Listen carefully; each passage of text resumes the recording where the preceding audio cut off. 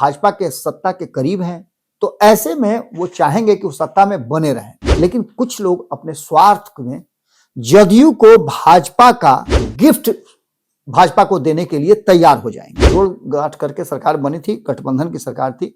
हालांकि गठबंधन की सरकार तो आज भी चल रही है, लेकिन भारतीय जनता पार्टी का वो फील गुड उसे फिर 5 साल के लिए बैक कर गया। ओरमा ग्रुप, जो सोचता है वो करता है, आपके अपने सपनों का आशियाना।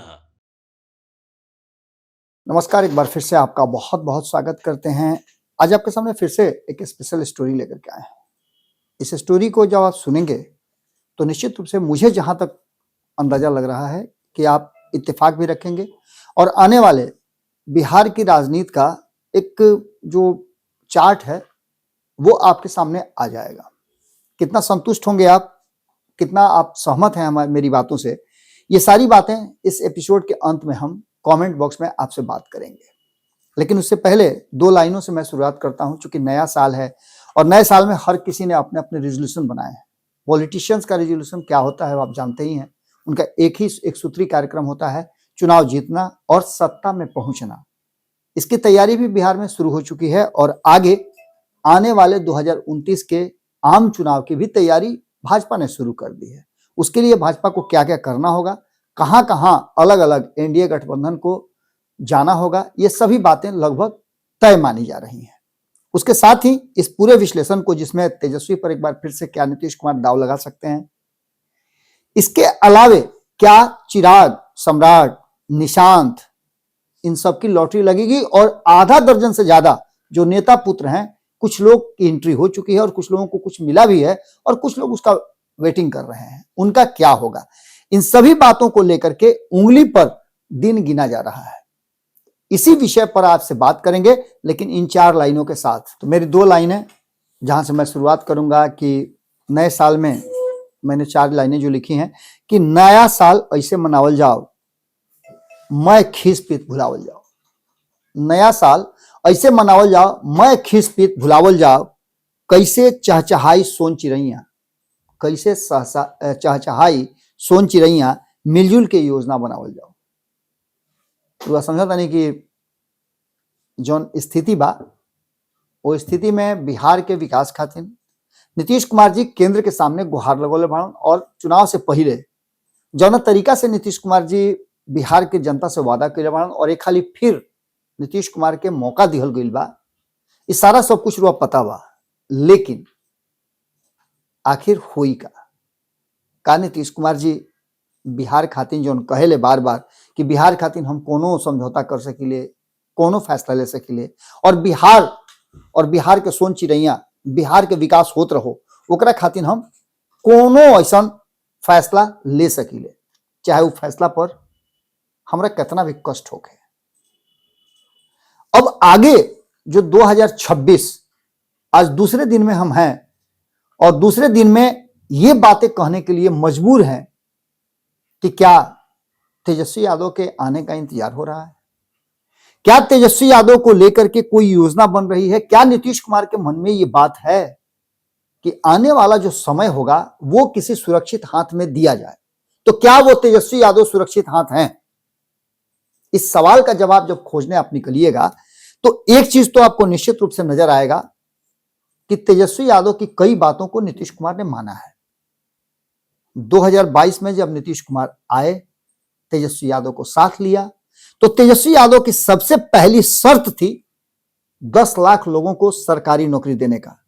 इसका घोषणा 9 या 10 तारीख को शपथ ग्रहण किया था नीतीश कुमार ने और 15 तारीख को, 15 अगस्त को गांधी मैदान की प्राचीर से उन्होंने इशारा करके कहा था कि तो 10,000 न बोले थे, हम 20 लाख लोगों को, 20,000 लोगों को नौकरी देंगे, माफ कीजिएगा 20 लाख लोगों को नौकरी देंगे। अब इन सभी बातों को लेकर के जो परिस्थितियां बनी है वो कुछ अलग कहानी कह रही है। इस कहानी में एक बात तो साफ है कि तेजस्वी यादव में क्षमता है। हो सकता है कि तेजस्वी यादव अति महत्वाकांक्षा या कहीं गुड, माने फील गुड में, जैसे आपको याद होगा कि एक बार भारतीय जनता पार्टी में भी अटल बिहारी वाजपेयी के काल में फील गुड हुआ था, ऐसा एहसास होने लगा था भारतीय जनता पार्टी को, उसने बहुत अच्छा काम किया है और बिहार और देश की जनता ने पूरी तरह से सीधे सिरे से नकार दिया और सरकार बन गई यूपीए पार्ट 2 की। हालांकि जोड़ गांठ करके सरकार बनी थी, गठबंधन की सरकार थी। हालांकि गठबंधन की सरकार तो आज भी चल रही है, लेकिन भारतीय जनता पार्टी का वो फील गुड उसे फिर 5 साल के लिए बैक कर गया। बाद में फिर नरेंद्र मोदी आए और 2013 से जो यात्रा शुरू हुई वो अब तक यात्रा जारी है। 2014 में चुनाव जीती भाजपा और तब से पीछे मुड़ करके नहीं देखी। हालांकि 2024 की बात करें 10 साल के बाद तो उसे एक झटका लगा, क्योंकि 2 चुनाव में पूर्ण बहुमत से वो जीत करके आई थी। किसी की उसको जरूरत नहीं थी, लेकिन गठबंधन के साथियों का उसने ख्याल भी रखा और उनको साथ भी रखा। इस बीच में कई लोग आए गए, ये सब होता रहा। इसी दौरान आपको बता दें कि अब बिहार से होते हुए पूर्वांचल के जो राज्य हैं उन पर विशेष फोकस भारतीय जनता पार्टी का है और ये बातें विपक्ष भी अच्छी तरह समझ रहा है।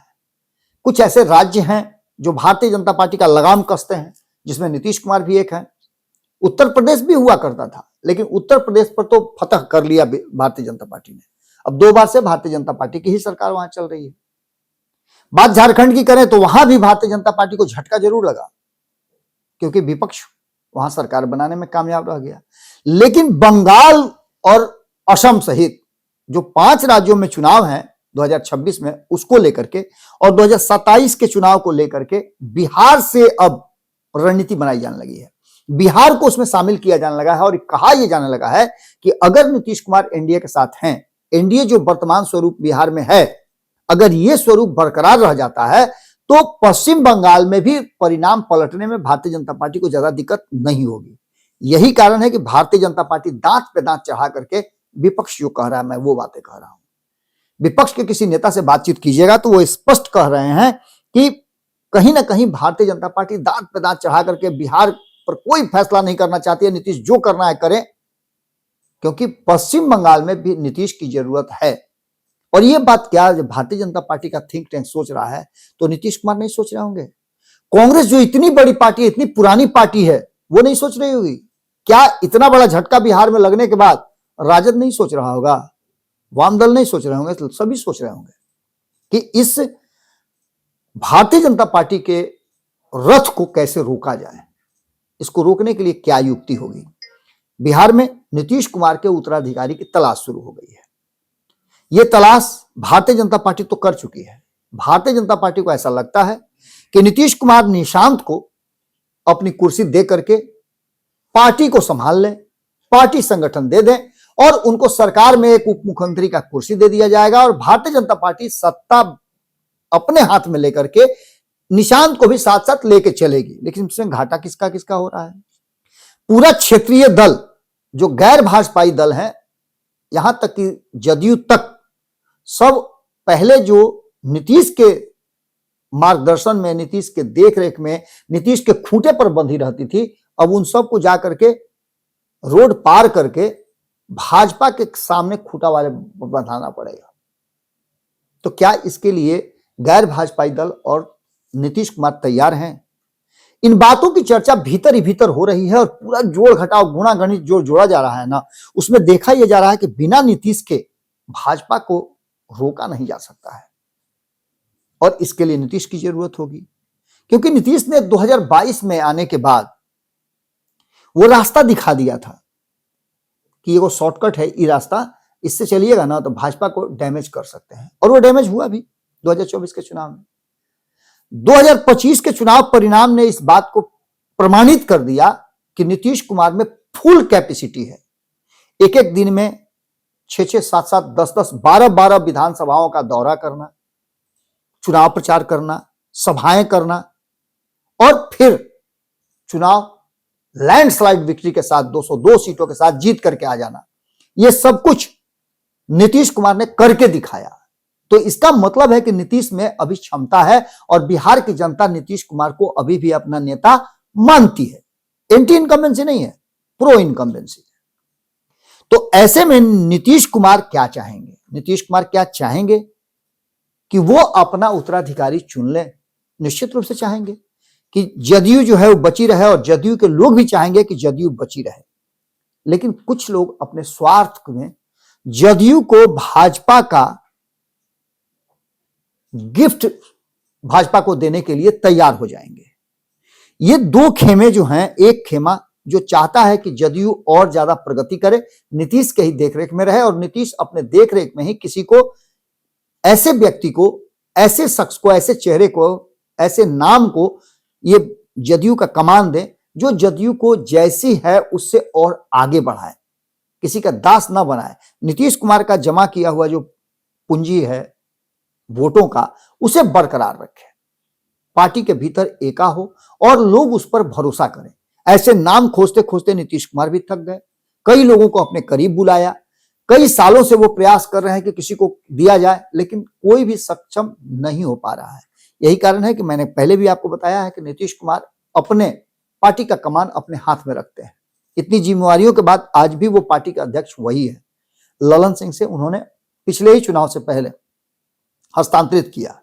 अब इन सभी परिस्थितियों को लेकर के 2026 में आधा दर्जन लोग नीतीश कुमार के उत्तराधिकारी के लिस्ट में खड़े हैं। पहली तो ये, और दूसरी, क्या तेजस्वी यादव नीतीश कुमार के उत्तराधिकारी के नंबर 1 पैदान पर हैं? तो बिल्कुल हैं, क्योंकि उनके पास वोट बैंक भी है। नीतीश कुमार ने कहा भी था कि हमारे बाद तो इन्हीं लोगों को देखना है। उस समय अगल बगल में दूसरा कोई नहीं था। नीतीश कुमार के पीछे जो खड़े थे वो तेजस्वी यादव ही थे। लेकिन सिर्फ तेजस्वी यादव के भरोसे ये नहीं संभव है, क्योंकि ये भी बात स्पष्ट हो गई है कि तेजस्वी यादव कहीं ना कहीं कॉकस में घिरे हुए हैं। जब वो अपने पिता के एम्पायर को ही संभालने में सक्षम नहीं हो पा रहे हैं, वही मात खा जा रहे हैं, फील गुड उनको हो जा रहा है, तो आगे क्या होगा। लेकिन बिना तेजस्वी यादव के, जैसे बिना नीतीश के भाजपा से लड़ाई लड़ी नहीं जा सकती है, बिना कांग्रेस के भाजपा को के देश में की लड़ाई में नहीं घेरा जा सकता है, वैसे ही बिहार से अगर कोई लड़ाई शुरू करनी हो और भाजपा के विरुद्ध की लड़ाई हो, या नीतीश कुमार को कुछ अलग सोचना हो, तो उसके लिए राजद जरूरी होगा। 2015 में ये प्रमाण आपने देख लिया है। 2015 में भाजपा को पटकनी देने के लिए नीतीश कुमार ने लालू प्रसाद का साथ लिया था और तेजस्वी और तेज प्रताप का हाथ पकड़ा था। नतीजा सबके सामने है। अब अगली जो लड़ाई है, हालांकि नीतीश कुमार बहुत कंफर्टेबल मेजोरिटी में है और भाजपा भी उनको ज्यादा डिस्टर्ब नहीं कर रही है उत्तर प्रदेश के चुनाव तक, यानी 2027 तक तो उनको किसी तरह का कोई दिक्कत नहीं है।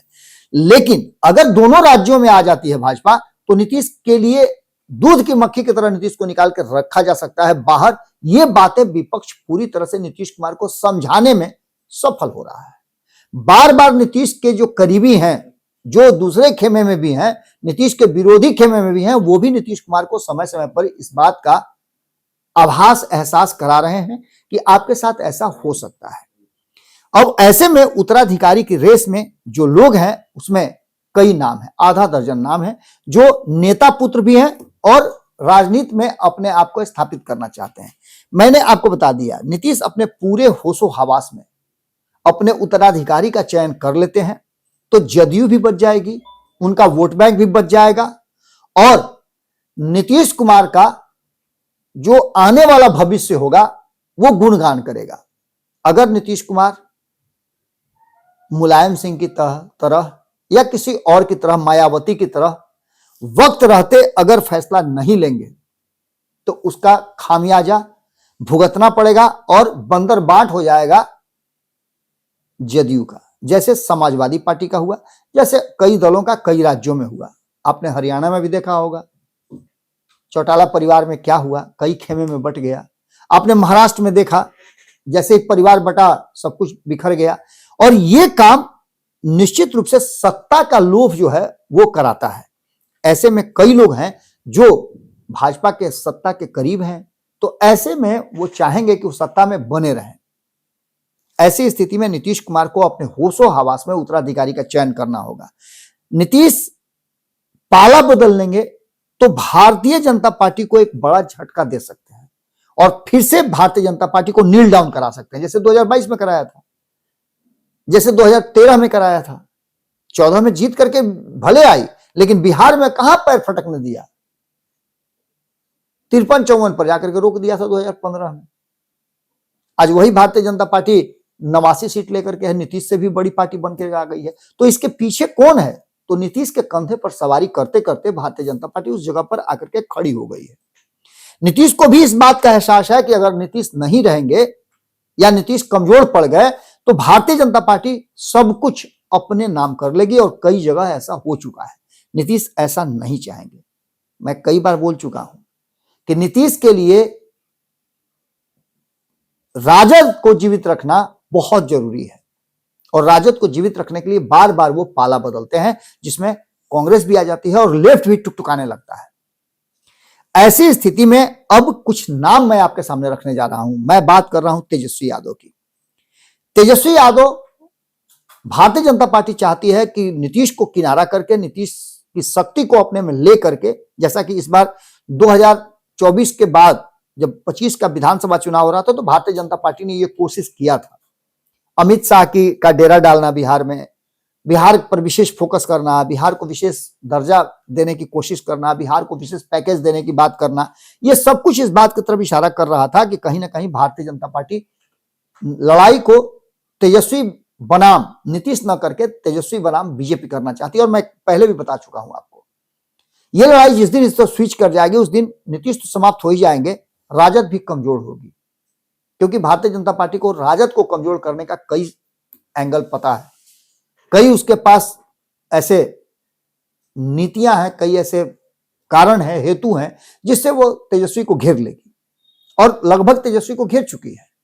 तो ऐसी स्थिति में तेजस्वी के पास माकूल जवाब देने का कोई रास्ता नहीं बचेगा।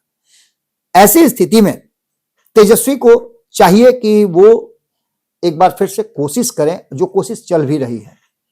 आगे उस कोशिश में सामाजिक न्याय की बात करने वाले तेजस्वी यादव के पास कई लेगेसीज भी है।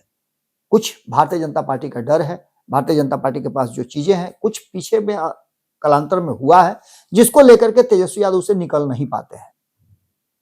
लालू प्रसाद और राबड़ी देवी के शासनकाल को लेकर के जो कहा जाता है, खुद नीतीश कुमार जब उनसे अलग होते हैं तो उनको जंगल राज कहते हैं। तेजस्वी यादव को लेकर के भी कई बातें कही जाती है। 1990 नहीं, 2000 नहीं, 2005 नहीं, 2020 नहीं, ये 2025 के बाद अब 26 है, और 2026 से लेकर के 2029 या 30 तक यदि आपको रिकॉल करना है, रिवाइव करना है, तो 2029 से को या 2029 में या 2029 से पहले आपको एक बड़ा झटका देना होगा। एक तो कनगोजर का टांग टूटने से कुछ होगा नहीं, आपको कनगोजर को पूरी तरह से निरस्त करना होगा, उसको रीढ़ से तोड़ना होगा। और भारतीय जनता पार्टी से लड़ाई लेने का क्षमता और किसी में नहीं है, क्योंकि सबका फाइल जो है वो भारतीय जनता पार्टी के पास है, समय समय पर वो खुलते रहता है। नीतीश के लिए थोड़ा सा आसान होता है भारतीय जनता पार्टी से लड़ाई लड़ना, और जब नीतीश सामने होते हैं तो भाजपा भी कमजोर होती है। अब ऐसे में तेजस्वी के बाद दूसरा नाम जो उत्तराधिकारी का आता है वो आता है कि नीतीश के बाद बिहार को कौन संभालेगा। तो एक तो तेजस्वी यादव का नाम सीधे सीधे आता है, क्योंकि उनके पास वो क्षमता है, उनके पास वो वोट बैंक है। लेकिन भाजपा की तरफ से अगर देखा जाए तो सम्राट चौधरी का नाम आता है। लेकिन भाजपा ने अभी नितिन नवीन का कद जिस तरह से बढ़ाया है, कई लोगों का कद बढ़ा रही है, उससे साफ लगता है कि भारतीय जनता पार्टी जो शुरू से करती आ रही है कि वो अचानक कोई फैसला लेती है। नितिन नवीन भी एक चौंकाने वाला फैसला था। तो निश्चित रूप से सम्राट चौधरी चेहरा जरूर हो सकते हैं, भाजपा के मजबूत दावेदार जरूर हो सकते हैं, लेकिन आपने देखा होगा कि सुशील मोदी नीतीश कुमार के बहुत करीबी थे। 2020 में उनको कहां उप मुख्यमंत्री बनाया गया, उनको सीधे दिल्ली भेज दिया गया, उससे नेक्सस से ही उनको निकाल के बाहर कर दिया गया। जबकि आपको पता है कि सुशील मोदी भारतीय जनता पार्टी को बिहार की सत्ता में बनाए रखने में बहुत अहम भूमिका निभाते थे, लेकिन कुछ नहीं कर पाए, ना नीतीश कुमार कर पाए, ना सुशील मोदी कर पाए। तो भारतीय जनता पार्टी अक्सर इस तरह से चौंकाती है। कई राज्यों में उन्होंने चौंकाया भी है। मुख्यमंत्री बनाने के लिए केंद्र से फैसले जाते हैं, आला कमान फैसला करता है, और आला कमान कौन है आपको पता है। तो ऐसी स्थिति में सम्राट चौधरी एक विकल्प जरूर हैं, लेकिन नितिन नवीन को आप भुला नहीं सकते हैं। इसके अलावा चिराग पासवान, वो निश्चित रूप से एक मजबूत विकल्प हैं। उन्होंने कह भी दिया है कि 2030 में वो बिहार में चुनाव लड़ सकते हैं, और यहां बिहार में मुख्यमंत्री के दावेदार के रूप में अपने आप को प्रस्तुत भी कर सकते हैं। बिहार को लीड करने की उनकी इच्छा है, मंशा है और इसके लिए वो तैयारी भी कर रहे हैं। इस बार प्रदर्शन भी उनका लोकसभा और विधानसभा दोनों में हुआ, क्योंकि हमने आपको बताया भी था कि चिराग पासवान ने हारी हुई सीटें, जिस सीट पर जीतना मुश्किल लग रहा था, उन सीटों को जीत करके 19 सीटें जीत करके और सरकार बनाने में एक अहम योगदान दिया है। तो निश्चित रूप से चिराग पासवान एक बड़े विकल्प हैं। इसके अलावा इधर उपेंद्र कुशवाहा भी अब देख लिए हैं कि नीतीश के बाद उनका तो नंबर आ नहीं रहा है, कई बार टूटे कई बार जुड़े।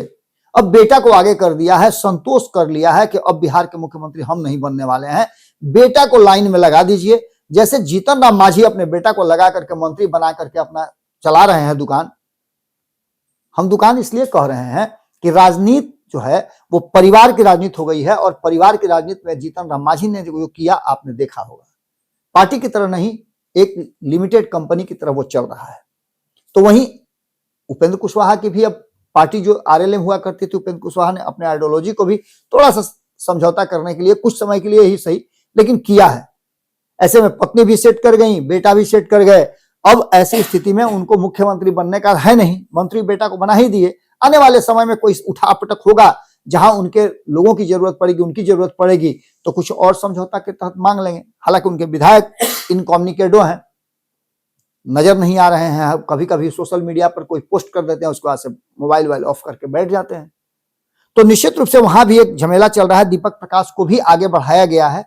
इसके बाद बात करें तो संतोष सुमन, ये भी एक मजबूत दावेदार है, लेकिन सबसे बड़ा दावेदार जो है वो निशांत है। निशांत को लेकर के बातें कही जा रही है कि निशांत को नीतीश कुमार कभी भी चाहे तो ला सकते हैं। लोग उन पर दबाव भी बना रहे हैं और आज जब हम आपके सामने ये खबर लेकर के आए हैं तो पूरा पटना जो है ना वो कहीं ना कहीं पूरी तरह से इसको, पूरे पटना को कहीं ना कहीं मजबूती के साथ पोस्टर से, बैनर से पाट करके रखा गया है। और इस पोस्टर बैनर में एक बात तो साफ नजर आ रहा है कि इस पोस्टर बैनर में जो परिस्थितियां बनी हैं, उस परिस्थितियों में पूरी तरह से निशांत को लाने की तैयारी शुरू हो चुकी है। निशांत को ला करके नीतीश कुमार का उत्तराधिकारी बनाने का दबाव नीतीश कुमार पर है, लेकिन नीतीश कुमार भी कम बड़े खिलाड़ी नहीं है। वो अपने समाजवादी धारा को थोड़ा सा भी, परिवारवाद पर थोड़ा सा भी आंच आएगा तो वो बर्दाश्त नहीं करेंगे। उसको क्यों नहीं ये इतना बढ़ जाए कि वो मजबूरन, उनके चाहते न चाहते, उनके हामी के बगैर निशांत को ला करके पार्टी के लोग बैठा दें और मजबूरन उनको मानना पड़ेगा कि भाई ये फैसला मेरा नहीं, पार्टी का है। उस समय का इंतजार कर रहे हैं। लेकिन एक सबसे बड़ी बात यह है ना, उसमें कहीं देर ना हो जाए। तो उनको पता है कि भाजपा तो अभी कुछ नहीं कर पाएगी, क्योंकि उसको अभी तुरंत बगल में चुनाव लड़ना है और बंगाल का चुनाव बहुत टफेस्ट चुनाव है भाजपा के लिए। इस टफेस्ट चुनाव में, इस बीच में एक माहौल बना करके कहीं ना कहीं हालात और वक्त के भरोसे छोड़ दिया है नीतीश कुमार ने, और यहां आकर के कहीं ना कहीं निशांत को लाया जाएगा। यानी कि ओरिजिनल उत्तराधिकारी जो है वो नीतीश कुमार के निशांत होंगे। सीधी तौर पे तेजस्वी पर फिर से दाव लगाने का जो रास्ता है अभी भी बरकरार है, क्योंकि तेजस्वी के बिना निशांत को लाया नहीं जा सकता फुल फ्लेज में। निशांत को लाएंगे, मुख्यमंत्री बनाएंगे तो तेजस्वी की जरूरत पड़ेगी, तेजस्वी को साइड से सपोर्ट करना पड़ेगा, क्योंकि 122 विधायक चाहिए। चिराग पासवान साथ दे सकते हैं, क्योंकि आगे उनको, उनके लिए संभावनाएं बढ़ जाएंगे नीतीश के हटते। अगर भाजपा आ जाएगी तो फिर संभावनाएं खत्म हो जाती हैं। ये संभावनाएं तेजस्वी यादव के लिए भी रहेंगी, दीपक प्रकाश के लिए भी रहेंगी, संतोष सुमन के लिए भी रहेगी, नितिन नवीन के लिए भी रहेगी और बाकी के लोगों के लिए भी रहेगी। तो इस संभावनाएं को जीवित रखने के लिए तेजस्वी यादव का इंतजार हो रहा है। तेजस्वी यादव आएंगे, खरवास खत्म होगा, उंगली पर दिन गिना जा रहा है कि आगे क्या होगा। वापसी के बाद बिहार में एक राजनीतिक वैक्यूम जो है उसे पुष्ट किया जाएगा और वहां से बिहार एक नए दिशा में बढ़े तो कोई आश्चर्य नहीं होना चाहिए। नीतीश कुमार भी इंतजार कर रहे हैं वक्त का। वक्त जैसे ही उनके पाले में होगा, उनको लगेगा कि अब ये मुफीद समय है, तो निश्चित रूप से कोई बड़ा फैसला लेंगे। इंतजार कीजिए। बिहार की राजनीति ऐसे ही आपको डराती भी है, बदलती भी है और ऐसा कुछ कर जाती है जिसको देश में बदलाव का वाहक माना जाता है। एक बार फिर से नए साल के दूसरे दिन आप सभी को बहुत बहुत बधाई। ये साल आपका बहुत ही ज्यादा खुशहाल रहे, प्रगति करें आप। बहुत बहुत धन्यवाद। आपके सपनों को हमने सजाया है, ई होम्स पैनोरामा को हमने बनाया है। ई होम्स मेरा एक सपना था जिस पे मैं पिछले 4 साल से काम कर रहा था। हमने जो बनाया है वो सबने है माना। ई होम्स पैनोरामा में हो आपका भी आशियाना। और फाइनली हमने 2021 में इस प्रोजेक्ट को लॉन्च किया। बहुत लोग अप्रिशिएट कर रहे हैं कि पूर्णिया जैसे शहर में, बिहार के, एक तो बिहार की बात करें उसमें भी पूर्णिया जैसे छोटे जगह में इस तरह का लाइफस्टाइल देना, ये सुन के हम लोगों को बहुत अच्छा लगता है। ई होम्स में हमने कुछ और भी किया है, जैसे हम जिस जगह में रह रहे हैं हमारे फैमिली सिक्योर हो, उनको सिक्योरिटी का ध्यान में रखा है। आपकी सुविधा और सुरक्षा आपके लिए खास है, ये आपका विश्वास है। इसमें आर्टिफिशियल इंटेलिजेंस का 7 लेयर सिक्योरिटी का हमने इस्तेमाल किया है। लस ग्रीन कैंपस को बनाया है। यदि हमारा बाउंड्री वाल है तो वो वर्टिकल गार्डन है। ये जितनी भी फैसिलिटी होता है एक इंटरनेशनल टाउनशिप में, ई होम्स है, ये हम लोग विश्वास नहीं कर पा रहे हैं। जो भी हमारे मित्र दोस्त या जो भी हमारे बाहर के बाहर आते हैं तो हम लोगों को बहुत अच्छा सुनने को मिलता है और बहुत अच्छा क्रेडिट मिल रहा है। वो सारा हमने सिर्फ एक बिल्डिंग नहीं बनाया, हमें एक बहुत अच्छा लाइफस्टाइल दिया ई होम्स में, और मेरा एक सपना था जिसको मैं आज फुलफिल होते हुए देख रहा हूँ। ये आपका आवास है। ई होम्स पैनोरामा में अब आपका निवास है। E Homes Panorama, luxurious lifestyle redefined. Panorama Group, जो सोचता है वो करता है। अगर ये वीडियो पसंद आई और वह बिहार के राजनीति और बिहारियत से सरोकार रखेनी तो सब्सक्राइब बटन दबा के चैनल के सब्सक्राइब कर ली। ओजे एगो घंटी बा, ओकरा बटन दबा देला से कुल सटीक और मारक खबर रुआ मुफ्त में मिल जाई। अगर रुआ पत्रकारिता के हमनी के नया प्रयोग में सहयोग कर चाहतानी तो ज्वाइन बटन दबा दी। पेटीएम नंबर नोट कर ली 9386 816 700।